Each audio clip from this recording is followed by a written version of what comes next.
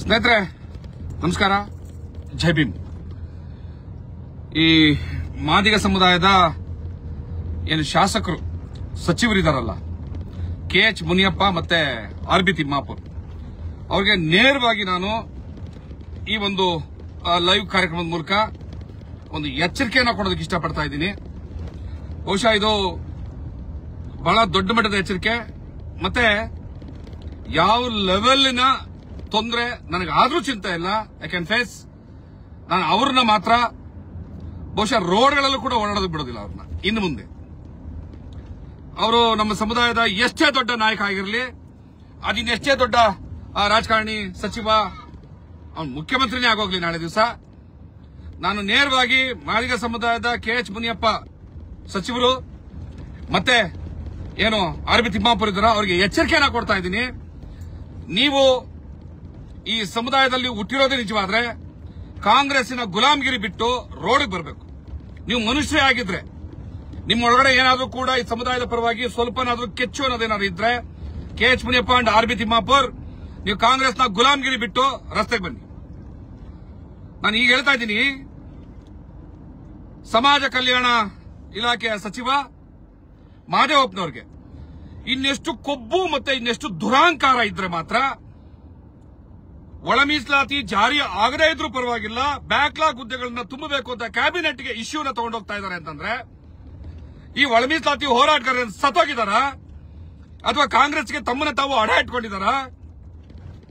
ಈ ಸಮುದಾಯಗಳಿಗೆ ಇಷ್ಟು ಬಹಳ ದೊಡ್ಡ ಅನ್ಯಾಯ ಆಗ್ತಾ ಇದ್ರು ಕೂಡ ಅದನ್ನ ಪ್ರಶ್ನೆ ಮಾಡೋದಕ್ಕೆ ಈಗಲೂ ಕೂಡ ನನಗೆ ತಾಕತ್ತಿಲ್ಲ ಅನ್ನೋ ಮಟ್ಟಕ್ಕೆ ನರಸತ್ತೋರ್ ತರ ಬದುಕ್ತಾ ಇದಾರಲ್ಲ, ಇವ್ರಿಗೇನಾದ್ರೂ ಸ್ವಲ್ಪನಾದ್ರೂ ಯಾರು ಉಗಿಯೋರಿಲ್ವಾ ಅಂತ.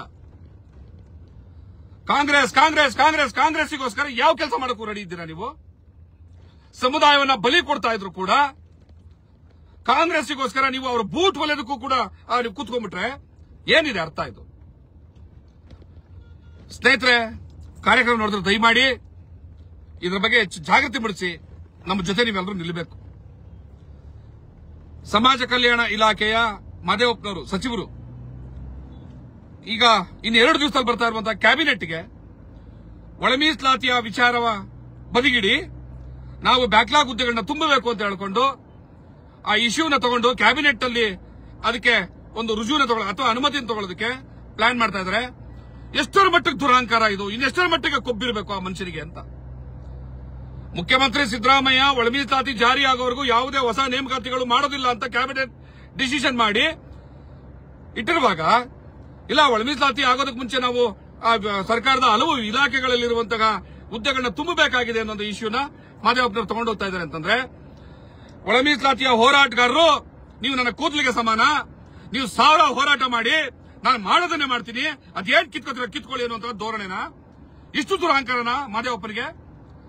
ಈ ಸಮುದಾಯದ ಶಾಸಕರು, ಸಚಿವರು, KH ಮುನಿಯಪ್ಪ, RB ತಿಮ್ಮಾಪುರ್, ಮಾಜಿ ಶಾಸಕರು, ಮಾಜಿ ಸಚಿವರು, ಮಾಜಿ ಸಂಸದರು ಯಾರಾದ್ರೂ ಬೂಟ್ ಹೊಲಿತಾ ಇದ್ದೀರಾ? Boot you bloody boot lickers, boot ಹೊಲಿತಾ ಇದ್ದೀರಾ?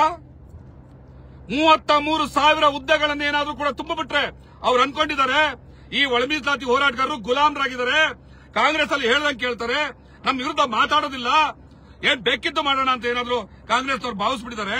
ನೀವು ಅದ್ರಂಗೆ ನಡ್ಕೋತಾ ಇದ್ದೀರಿ. ಅವರು ನನಗೆ ಅದು ಆಗುತ್ತಾ ಬಿಡುತ್ತಾ, ಕ್ಯಾಬಿನೆಟ್ಗೆ ಹೋಗಿ ರಿಜೆಕ್ಟ್ ಆಗುತ್ತಾ ಅದೆಲ್ಲ ಆಮೇಲೆ ಯೋಚನೆ ಮಾಡೋಣ.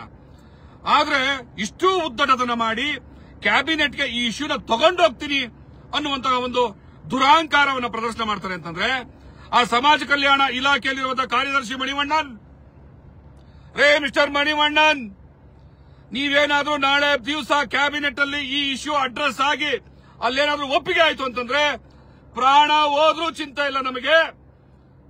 ನೀವು ಅದೆಂತ ಹಿರಿಯ ಅಧಿಕಾರಿಗಳಾಗಿರಿ, ನೀವು ಅದೆಂತದೇ ಸಚಿವರಾಗಿರಿ, ಈ ರಸ್ತೆಗಳೆಲ್ಲ ಹೆಂಗ್ ಓಡಾಡ್ತೀರಾ ನಾನು ನೋಡೇ ಬಿಡ್ತೀವಿ. ಇಲ್ಲಿ ಯಾವನು ಕೈ ಕೊಟ್ಕೊಂಡು ಕೂತಿಲ್ಲ. ಇದು ನಮ್ಮ ಸಾಂವಿಧಾನಿಕವಾದಂತಹ ಹಕ್ಕು. ಸುಪ್ರೀಂ ಕೋರ್ಟ್ ನಲ್ಲಿ ತೀರ್ಮಾನ ಆಗಿ ಬಂದಿದೆ, ಒಳ ಮೀಸಲಾತಿ ಜಾರಿಯಾಗಬೇಕು ಅಂತ. 35 ವರ್ಷಗಳಲ್ಲಿ ಈ ಸಮುದಾಯದ ನನ್ನ ಅಣ್ಣಂದ್ರು ಜೀವ ಕೊಟ್ಟಿದ್ದಾರೆ. ನಾನು ಇವತ್ತಿಗೂ ಕೆಲವರು ನೆನೆಸ್ಕೊಂತೀನಿ, CK ಜಯರಾಮ್ ಅಂತ ಮಹಾನ್ ಹಿರಿಯ ಹೋರಾಟಗಾರರು, ಇಡೀ ಜೀವಮಾನವನ್ನ ಒಳ ಮೀಸಲಾತಿಗೋಸ್ಕರ ತ್ಯಾಗ ಮಾಡಿದಂತವ್ರು. ಹಲವು ಸಾರಿ ಹೇಳ್ತಾ ಇರ್ತೀನಿ, ಕಾಕೋಳ್ ಲಕ್ಕಪ್ಪನವರು, ಆ ಬೆಳಗಾವಿ ಸುವರ್ಣಸೌಧದ ಮುಂದೆ ಹೋರಾಟ ಮಾಡೋದಕ್ಕೆ ಕೈಕಾಲನ್ನ ಮುರಿದಾಕೊಂಡ್ರು. ನಮ್ಮ ನೆಲಮಂಗಲದ ಪಕ್ಕದ ಮಾಗಡಿಯ ಮಂಜುನಾಥ ಕೈ ಕಳ್ಕೊಂಡ. ಇವತ್ತಿಗೂ ಕೂಡ ಎಷ್ಟು ಜನ ತಮ್ಮ ಬದುಕುಗಳನ್ನ ಕಳ್ಕೊಂಡಿದ್ದಾರೆ.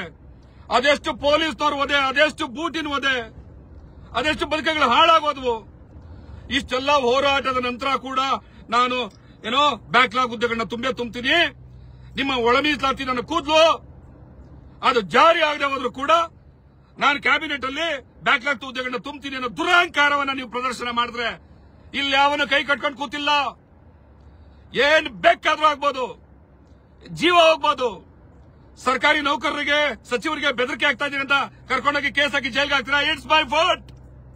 ನಿಮಗ್ ತಾಕತ್ತಿದ್ರೆ, ನಿಮ್ಮ ಅಪ್ಪದಿರ ಮಕ್ಕಳಾಗಿದ್ರೆ ನೀವು ಈ ತೀರ್ಮಾನವನ್ನ ತಗೊಂಡು ನಿಮಗ್ ಧೈರ್ಯ ಇದ್ರೆ ರಸ್ತೆಯಲ್ಲಿ ಓಡಾಡಿ ನೋಡೇ ಬಿಡ್ತೀನಿ. ನಾನು ಕೂಡ ಏನ್ ಅರೆಸ್ಟ್ ಮಾಡ್ಕೋತೀರಾ, ಕೇಸ್ ಹಾಕ್ತೀರಾ? ನಾನು ಹೇಳ್ತಾ ಇದ್ದೀನಲ್ಲ, ಜೀವವನ್ನ ಒತ್ತೆ ಇಟ್ಟಿದ್ದೀನಿ ನಾನು ಇದಕ್ಕೆ. It's my fault. ನಿಮ್ಮ ಆರ್ಡರ್, ನಿಮ್ಮ ಕೇಸ್, ನಿಮ್ಮ ಜೈಲು ನನ್ನ ಒಂದೇ ಒಂದು ಕಿರುಬೆರಳನ್ನು ಅಲ್ಲಾಡ್ಸಕ್ಕಾಗೋದಿಲ್ಲ.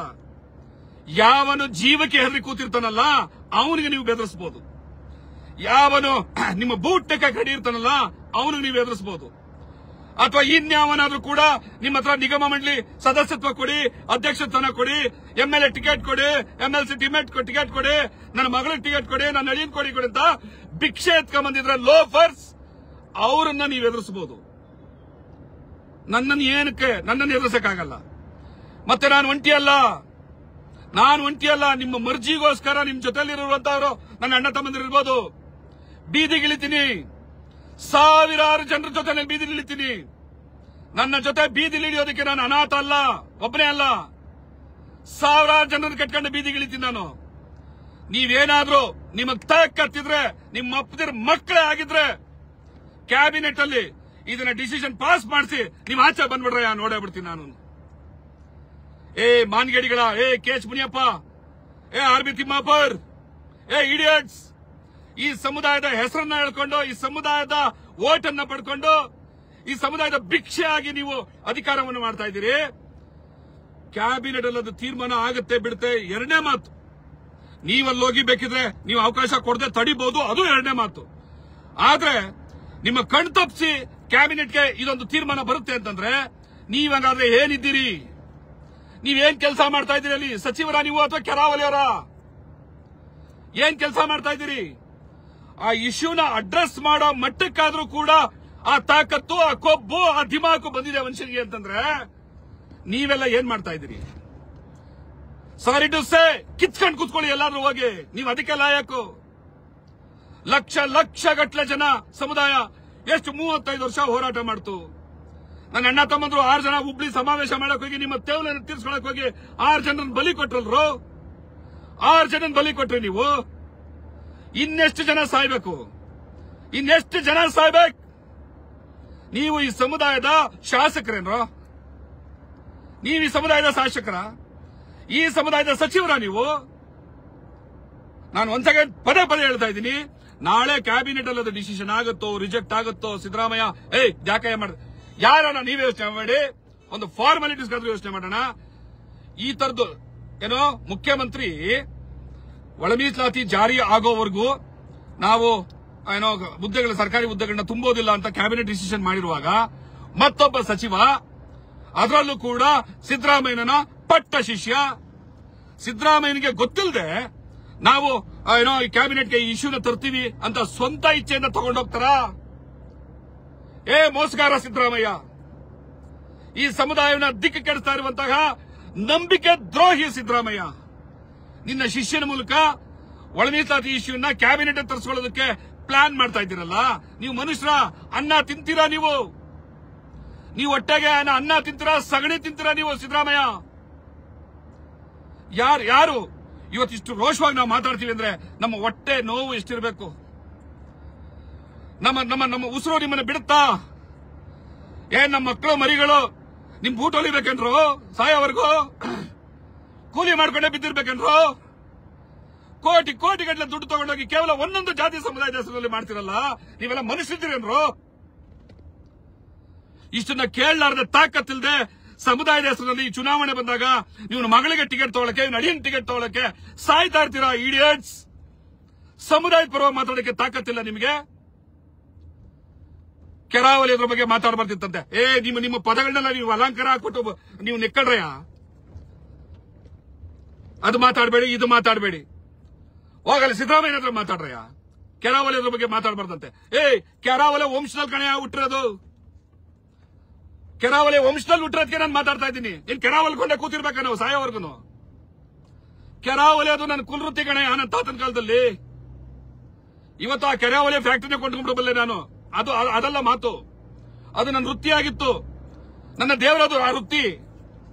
ನಮ್ಮ ಮಾದಾರ ಚೆನ್ನಯ್ಯ ಮಾಡಿದಂತ ಕೆಲಸ ಅದು ಅವಮಾನ ಅಲ್ಲ ಅಂತ ಹೇಳ್ತಾ ಇರೋದು. ಆದ್ರೆ ಅದನ್ನೇ ಮಾಡ್ಕೊಂಡಿರ್ಬೇಕಾ? ನಿಮ್ ಬೂಟ್ಗಳಿಗೆ ಪಾಲಿಶ್ ಮಾಡ್ಕೊಂಡು ಕೂತಿರ್ಬೇಕಾ?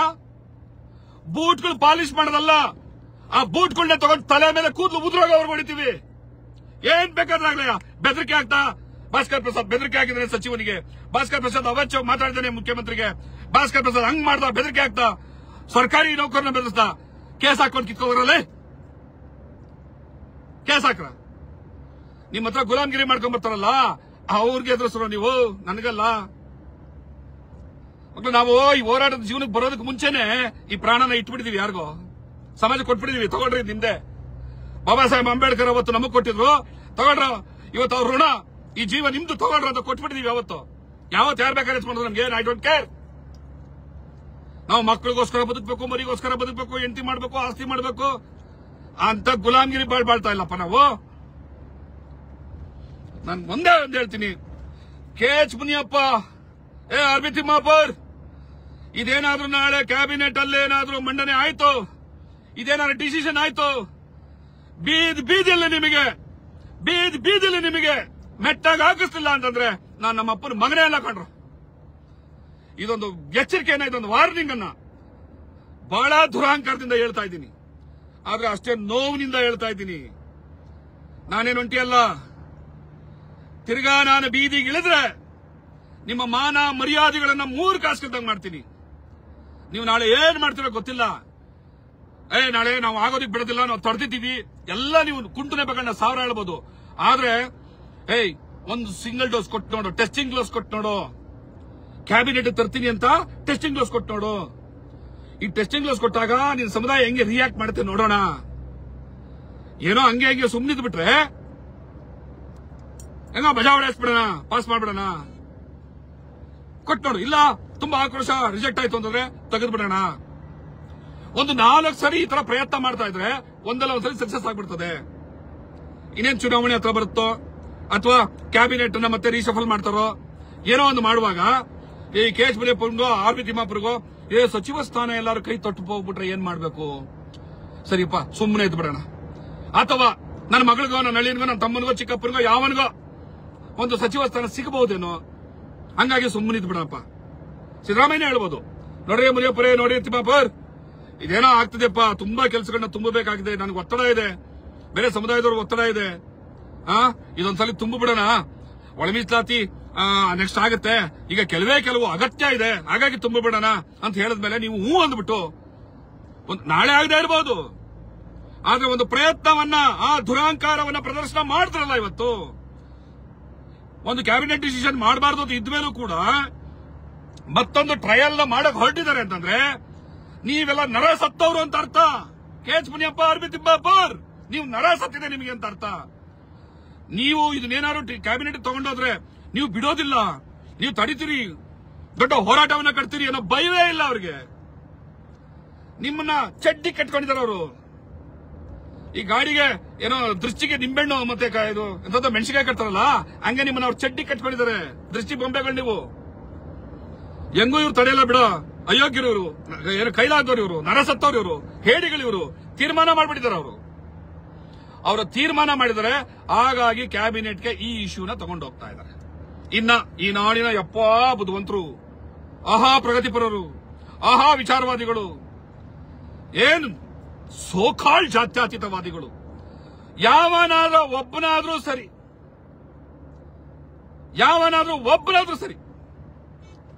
ಇದು ಸಿದ್ದರಾಮಯ್ಯನವರು ಮಾಡ್ತಾ ಇರೋಂಥದ್ದು. ಇವನು ಯಾವನ ಬಂದ ಏನೋ ನಾಟಕ ಬಿಡಿ ಅಂತ ಬರ್ತೀನಿ ಮಗನೇ, ನಿನಗೆ ಒಂದ್ ನಿಮಿಷ ತರಕು ನಾಟಕ ಮಾಡ್ತಾರಂತೆ. ನಿಮ್ಮ ಅಪ್ಪಂದಿದ್ದ ಏನೋ ಆಸ್ತಿ ಕಿತ್ಕೊಂಡು ಹೋಗಿ ಬಂದಿಲ್ಲ ಲೇ, ನಾಟಕ ಮಾಡಕ್ ಲೇ. ಒಂದ್ ನಿಮಿಷ ನಿನ್ಗೆ ಆಮೇಲೆ ಮಾತಾಡ್ತೀನಿ. ಯಾರಾದ್ರೂ ಈ ನಾಡಿನ ಒಬ್ಬ ಚಿಂತಕ, ಒಬ್ಬ ಪ್ರಗತಿಪರ, ಸಿದ್ದರಾಮಯ್ಯನವರು ವಂಚನೆ ಮಾಡ್ತಾ ಇದ್ದಾರೆ, ಒಳ ಮೀಸಲಾತಿಯನ್ನ ಜಾರಿ ಮಾಡದೆ ಹುದ್ದೆಗಳನ್ನ ತುಂಬೋದಿಲ್ಲ ಅಂತ ಹೇಳಿ ಮತ್ತೆ ಇವಾಗ ಒಳ ಮೀಸಲಾತಿ ಹೆಸರಿನಲ್ಲಿ ಮಾಡದೇನೆ ಹುದ್ದೆಗಳನ್ನ ತುಂಬ ಕೊಟ್ಟಿದ್ದಾರೆ. ಇದು ಅನ್ಯಾಯ. ಸಿದ್ದರಾಮಯ್ಯನವರು ಶೋಷಿತ ಸಮುದಾಯಕ್ಕೆ ಇಷ್ಟು ದೊಡ್ಡ ಅನ್ಯಾಯವನ್ನು ಮಾಡಬಾರ್ದು ಅಂತ ಒಬ್ಬ ವಿಚಾರವಾದಿ ಅವನನ್ನ ಮಾತಾಡ್ದ. ಮತ್ತೆ ನನ್ನ ಸಮುದಾಯದ ಮಕ್ಕಳು, ಯುವಕರು ಇಂಥ ಬುಡಬಡಿಕೆ ವಿಚಾರವಾದಿಗಳ ಜೊತೆನಲ್ಲಿ ಹೋಗ್ತಾ ಇದ್ದಾರೆ. ಅವರ ಪಾಂಪ್ಲೆಟ್ ಹಂಚೋದಕ್ಕೆ, ಅವರ ಪೋಸ್ಟರ್ಗಳನ್ನ ಹಂಚೋದಕ್ಕೆ, ಅವರಿಗೆ ಜೈಘೋಷ ಹಾಕೋದಕ್ಕೆ, ಅವರ ಗೋಡೆ ಬರಹಗಳನ್ನ ಬರೆಯೋದಕ್ಕೆ. ಈ ಒಳ ಮೀಸಲಾತಿಯನ್ನ ಹಂಬಲಿಸ್ತಾ ಇರುವಂತಹ ಸಮುದಾಯದ ಜನ, ಯುವಕರು, ವಿದ್ಯಾರ್ಥಿಗಳು ಇಂಥ ಬುಡಬಡಿಕೆ ಜನರ ಜೊತೆನಲ್ಲಿ ಬರೀ ಸೌಂಡ್ ಅಷ್ಟೇ, ಅದು ಒಳಗಡೆ ಮಸಾಲೆ ಇಲ್ಲ, ಬರೀ ಸೌಂಡ್, ಬರೀ ಬುಡಬಡಿಕೆ ಮಾಡಿಸೋದು. ಇಂಥ ಜನರ ಜೊತೆ ಸೇರಿಕೊಂಡು ತನ್ನ ಸಮುದಾಯಕ್ಕೆ ಅನ್ಯಾಯವನ್ನು ಮಾಡುವ ಕೆಲಸವನ್ನು ಮಾಡ್ತಾ ಇದ್ದಾರೆ. ಈಗ ಇದೊಂದು ದೊಡ್ಡ ಎಚ್ಚರಿಕೆಯನ್ನ ಕೊಟ್ಟಿದ್ದೀನಿ. ಇದರಿಂದ ನನ್ನ ಜೀವ ಹೋದ್ರು ಐ ಡೋಂಟ್ ಕೇರ್, ಯಾವುದೇ ಕಾರಣಕ್ಕೆ ಅದರ ಮಾತಿಲ್ಲ. ನಾಳೆ ದಿವಸ ಏನಾದ್ರೂ ಕ್ಯಾಬಿನೆಟ್ ಅಲ್ಲೇ ಒಳ ಮೀಸಲಾತಿ ಜಾರಿ ಆಗದೆ ಹುದ್ದೆಗಳನ್ನ ತುಂಬೋದಕ್ಕೆ ನಾವು ನಿರ್ಧಾರ ತಗೊಂಡಿದ್ದೀವಿ ಅಂತ ಏನಾದ್ರೂ ನೀವು ತಾಕತ್ತಿದ್ರೆ ಘೋಷಣೆ ಮಾಡಿದ್ರೆ ಬೀದಿಗಳಲ್ಲಿ ನಿಮ್ ಕಥೆ ಏನಾಗ್ತದೆ ಅಂತ ನಾನು ತೋರಿಸ್ತೀನಿ. ಈ ಎಚ್ಚರಿಕೆಯನ್ನು ನೀಡ್ತಾ ನನ್ನೆಲ್ಲ ಈ ಒಂದು ಲೈವ್ ಪ್ರೋಗ್ರಾಮ್ ಮೂಲಕ ನನ್ನೆಲ್ಲ ಬಂಧುಗಳಿಗೆ, ಹೋರಾಟಗಾರರ ಮನಸ್ಸುಗಳಿಗೆ, ನನ್ನ ಜೊತೆ ಅಂತಲ್ಲ, ಈ ಉದ್ದೇಶದ ಜೊತೆನಲ್ಲಿ ನಮ್ಮೆಲ್ಲರೂ ಒಟ್ಟಾಗಿ ನಿಂತು ಈ ಉದ್ದೇಶದಲ್ಲಿ ನಿಲ್ಲುವಂತವ್ರು ಎಲ್ಲರೂ ಕೂಡ ಈ ಅನ್ಯಾಯವನ್ನು ಸರಿಪಡಿಸಿ ನ್ಯಾಯವನ್ನ ಪಡೆಯೋವರೆಗೂ ನಾವು ಖಂಡಿತ ವಿರಮಿಸಬಾರದು. ಈಗಾಗಲೇ ಕುತಂತ್ರಗಳು ಪ್ರಾರಂಭ ಆಗಿದ್ದಾವೆ. ಮತ್ತೊಂದು ಜಾತಿ ಸರ್ವೆ ಆಗಲಿ, ಮತ್ತೊಂದು ಎಂಪೆರಿಕಲ್ ಡಾಟಾ ಬರಲಿ. ಯಾಕೆ ಈಗಿರೋವೆಲ್ಲ ಏನಕ್ಕಿದೆ? ಈಗಿರೋವೆಲ್ಲ ಏನು ಬೂಟ್ನೆಕ್ಕ ಇರೋದು? ಸದಾಶಿವ ಆಯೋಗದ ವರದಿಗೆ 100 ಕೋಟಿ ಖರ್ಚು ಮಾಡಿದ್ದು ಯಾರ ಅಪ್ಪನ ಮನೆ ದುಡ್ಡು? ಕಾಂತರಾಜ್ ಆಯೋಗದ ವರದಿ ಏನಕ್ಕೆ 100 ಕೋಟಿ ರೂಪಾಯಿ ದುಡ್ಡು ಖರ್ಚು ಮಾಡಿದ್ದು ಯಾರ ಅಪ್ಪನ ಮನೆ ದುಡ್ಡು? ಅದನ್ನೆಲ್ಲ ಕೈಯಲ್ಲಿ ಇಟ್ಕೊಂಡು ಅದನ್ನ ಆಧರಿಸಿ ಒಳ ಮೀಸಲಾತಿಯನ್ನು ಜಾರಿ ಮಾಡೋಕೆ ತಾಕತ್ತಿಲ್ಲದೆ ಇರುವಂತಹ ನರ ಸತ್ತೋರು ಈಗ ಮತ್ತೆ ಇನ್ನೊಂದೇನೋ ಮಾಡ್ತಾರಂತೆ. ಇನ್ನೊಂದು ಮನಗೇಡಿಗಳು. ಇದು ಕೊನೆ ಎಚ್ಚರಿಕೆ. ಈ ಎಚ್ಚರಿಕೆಯನ್ನ ನನ್ನೆಲ್ಲ ಸಹೋದರರು, ನನ್ನೆಲ್ಲ ಸ್ನೇಹಿತರು, ನನ್ನೆಲ್ಲ ಬಂಧುಗಳು, ಸಮಾಜದ ಹಿತವನ್ನು ಬಯಸುವಂತಹ ಎಲ್ಲ ಮನಸ್ಸುಗಳು, ನೀವು ಯಾವ ಜಾತಿನ ಆಗಿರಿ, ನಮ್ಮ ಈ ಹೋರಾಟ ಜೊತೆ ನಿಲ್ಲಬೇಕು. ನಮ್ಮ ನೋವನ್ನು ಅರ್ಥ ಮಾಡ್ಕೋಬೇಕು. ಈ ನಮ್ಮ ಸಮುದಾಯ ಎಷ್ಟು ಸೋಲ್ತಾ ಇದೆ, ಸಾಯ್ತಾ ಇದೆ, ನರಳ್ತಾ ಇದೆ. ಮತ್ತೆ ಇಷ್ಟು ನರಳ್ತಾ ಇದ್ರು ಕೂಡ ಈ ಸಮುದಾಯದ ಹೆಸರನ್ನೇ ಹೇಳ್ಕೊಂಡು ಬಂದಿರುವಂತಹ ನಮ್ಮದೇ ಸಮುದಾಯದ ರಾಜಕಾರಣಿಗಳು ಗುಲಾಮರಂತೆ, ಅಕ್ಷರಶಃ ಗುಲಾಮರಂತೆ ಬದುಕ್ತಾ ಇದ್ದಾರೆ. ಅವ್ರಿಗೂ ಎಚ್ಚರಿಸುವಂತ ಕೆಲಸವನ್ನ ನಾವು ಮಾಡಬೇಕು.